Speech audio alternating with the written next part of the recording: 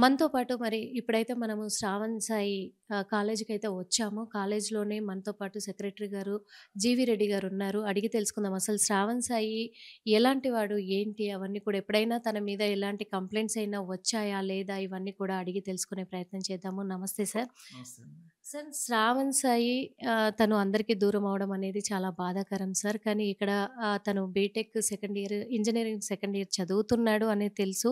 కానీ ఇప్పటి వరకు ఆ అబ్బాయి మీద ఎలాంటి కంప్లెయింట్స్ అయినా ఏమన్నా వచ్చాయా sir?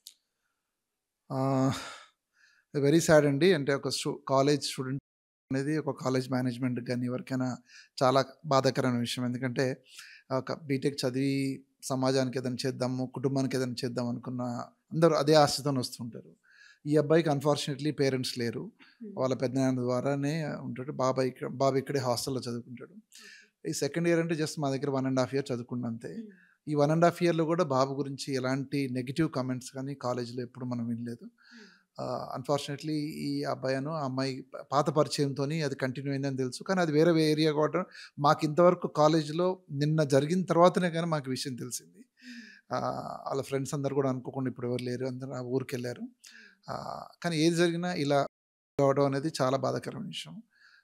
It's very, very unfortunate. మా వాళ్ళందరూ కూడా అదే షాక్‌లో ఉన్నారు.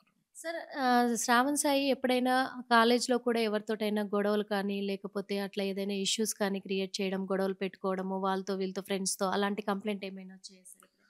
లేదండి. నాకు తెలిసిన వరకు అట్లాంటిది ఎప్పుడూ రాలేదు.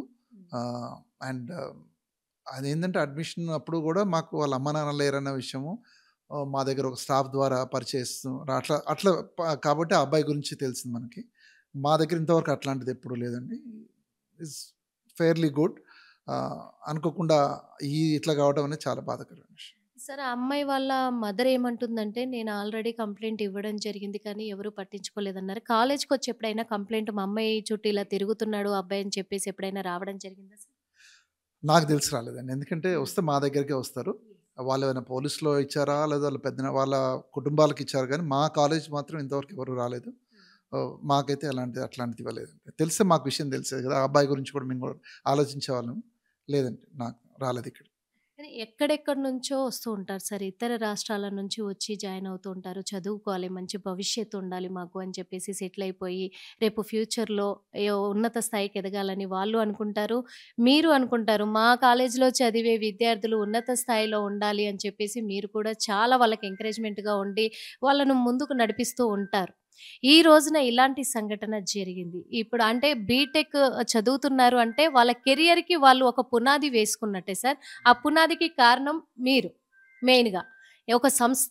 కాబట్టి ఇలాంటివి జరుగుతున్నాయి చాలా వరకి. ఏం చెప్తారు సార్ యూత్‌కి కానీ, ఇలాంటి క్రియలకు పాల్పడుతున్న నిందితులకు కానీ ఏం చెప్తారు? ఒకటండి అంటే ఈ రోజుల్లో అంటే ప్రభావం అని చెప్పలేము. హ్మ్. ఇప్పుడున్న ఉన్న ఆహ్, మోడర్న్ జనరేషను, మూవీసు అంటే యెస్. కొంతమంది ఏందంటే మూవీ చూడంగానే మర్చిపోకుండా అలా చేద్దాం అనే ఆలోచన కొంతమంది రావడము. మరీ చిన్నప్పుడే అంటే హ్మ్, తక్కువ ఏజ్‌లోనే ప్రేమలో పడడం ఇట్లాంటియన్నీ తట్టుకోలేకపోవడము, లేకపోతే అవతల కుటుంబాలు రిసీవ్ చేసుకోలేకపోవడము. ఇవన్నీ కొద్దిగా మనం బయట సమాజంలో చూస్తున్నామండి. హ్మ్. బట్ ఏదున్నా దట్స్ మై పర్సనల్ ఒపీనియన్. ఏదైనా ఉంటే మాట్లాడుకోవాలా? లేకపోతే కంప్లెయింట్ ఇవ్వాలా? అంతే తప్పితే ఇది ఎవరికీ మంచిది గాదు. మన ఇండియా మొత్తంలో చూస్తూ ఉంటాం. యెస్. అది ఏ పేరెంట్‌కి మంచిది గాదు. ఎందుకంటే ఆ పేరెంట్స్ కూడా లైఫ్ లాంగ్ వాళ్ళు సఫర్ అవుతూనే ఉంటారు. యెస్. వీళ్ళు సఫర్ అవుతారు, వాళ్ళు సఫర్ అవుతారు. ఆ స్టూడెంట్ ఇంకొకరున్నారు గూడా వాళ్ళు అవుతారు. But that's not the correct method. పిల్లలకైనా, విద్యార్థులకైనా, తల్లిదండ్రులకైనా ఒకటి చెప్పేది ఒకటేనండి. ఏదున్నా మన హద్దుల్లో మనం ఉండాలా. ఏదన్నా ఉన్నప్పుడు ఫ్రాంక్‌గా పేరెంట్స్‌తోని మాట్లాడుకోవాలా. ఏదున్నా కానీ పేరెంట్స్ అయినా పెద్దవాళ్ళు గూడా ఆహ్, పిల్లల్ని చూసుకోవాలని పిల్లలు తప్పు చేస్తే దండించాలి తప్పితే ఇలా చేయకూడదండి. అది దట్స్ మై పర్సనల్ ఒపీనియన్. మీరు నెక్స్ట్ హైయర్ అఫీషియల్‌కి కాలేజీ లెవెల్‌లోనా, పోలీస్ లెవెల్‌లోనా వాళ్ళకి కంప్లెయింట్ ఇవ్వాలా. వాళ్ళు యాక్షన్ తీసుకోమని చెప్పాలా. లేదంటే ఆ కుటుంబం, ఈ కుటుంబం కలిసి కూర్చొని మాట్లాడుకోవడం తప్పులేదు. కానీ ఇట్లాంటియి ఎక్కడ గూడా కరెక్ట్ కాదు. ఎవరు గూడా అప్రిషియేట్ చేయరండి. Thank you so much sir. మరి చూసాం కదా! ఎందుకంటే శ్రావణ్ సాయి పైన ఇప్పటివరకు కాలేజ్‌లో కూడా ఎలాంటి కంప్లెయింట్లు కానీ, తను ఎవరితోటైనా ఏ ఇష్యూ పైన కానీ గొడవ పడడం కానీ, అలాంటివి ఇప్పటివరకు కూడా తన నుంచి ఎప్పుడు కంప్లెయింట్లు రాలేదు. తను ఒక మంచి పర్సన్‌గా ఇక్కడ చదువుకున్నారు. అమ్మా, నాన్న లేని వ్యక్తి కాబట్టి మేము కూడా ఆపర్చునిటీ కలిగించాము. అయినప్పటికీ దాన్ని నిలబెట్టుకున్నాడు. ఇక్కడ చదువుకున్నాడు. ఏది ఏమైనప్పటికీ కూడా ఇలా అంటే వాళ్ళ మీద అటాక్ చేసి మృత్యువాత పడేదాకా తెచ్చుకోవద్దు. వాళ్ళు కూడా అలాంటి నిర్ణయం తీసుకోవద్దు. ఏదన్నా ఉంటే కంప్లెయింట్స్ ఇచ్చుకొని లేదా కూర్చొని మాట్లాడుకొని సర్ది చేసుకోవాలి కానీ, మా కాలేజీలో చదువుకునే అబ్బాయి ఈరోజు ఇలాంటి పరిస్థితిలో ఉండడం అనేది మాకు చాలా బాధాకరంగా ఉంది అని చెప్పేసి సార్ కూడా చెప్పడం జరిగింది. కెమెరామెన్ జాఫర్‌తో Nirmala RTV. Local to global news at your finger tips. మీ చేతిలో ఒక ఆయుధం.